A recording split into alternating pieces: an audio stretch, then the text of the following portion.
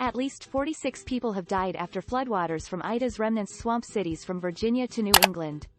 The death toll from flooding after the remnants of Hurricane Ida pummeled cities in the east rose sharply to 46 on Thursday after New Jersey announced at least 23 people had died there.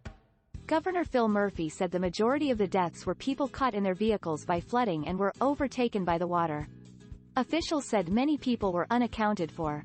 We're going to withhold a complete rundown of the blessed losses of life. They are spread across a handful of counties, largely concentrated, not entirely, but largely concentrated in central Jersey and a few in the north, Murphy said in an evening update. Dozens have died in 6 eastern states, Connecticut, Maryland, New Jersey, New York, Pennsylvania and Virginia, after the storm brought unprecedented rainfall to some areas. The death toll included a state trooper in Connecticut who was swept away as he responded to a missing persons call. On Thursday, water rescues continued in some areas, and in New York City a new task force was going to homes to make sure there weren't more victims in basements. In southern New Jersey, residents were cleaning up from a tornado that flattened homes, one of 8 twisters that hit the northeast. In the Philadelphia area, some streets were swamped, delaying the city's rail and bus services, closing city buildings and prompting leaders to urge people to work from home.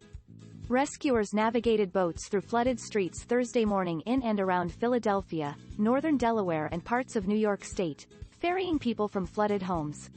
In Pennsylvania alone, thousands of rescues are believed to have happened so far, State Emergency Management Director Randy Padfield said. There's a lot of damage, and I made clear to the governors that my team at FEMA, the Federal Emergency Management Agency, is on the ground and ready to provide all the assistance that is needed, President Joe Biden said.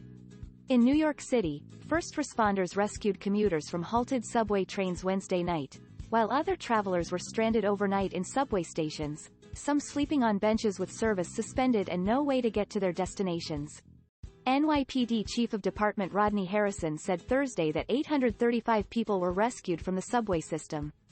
Beverly Price, a nurse from Queens, was among those who stayed overnight in a Manhattan subway station, having left her home Wednesday night to go to work, only for the flooding to bring everything to a standstill. I've seen nothing like this, she told CNN on Thursday morning. I didn't expect it to be this severe. I would not have left my house. Amrita Bhagwandan's home in Queens flooded. I can't think anymore about how I feel at this point because of the chaos outside, my neighbors, there's loss of life, she told CNN. I've lost everything in here and mostly the lives out there. We need some support. This is too much for us. There is no end in sight. Harrison said there were 18 water rescues at the U.S. Open tennis site in Flushing. New York Governor Kathy Hochul told CNN that the state is used to disasters but this would be a massive cleanup. I would urge people to stay home, check on your neighbors, make sure they're okay, she said. Murphy called the flooding that impacted New Jersey historic by any measure.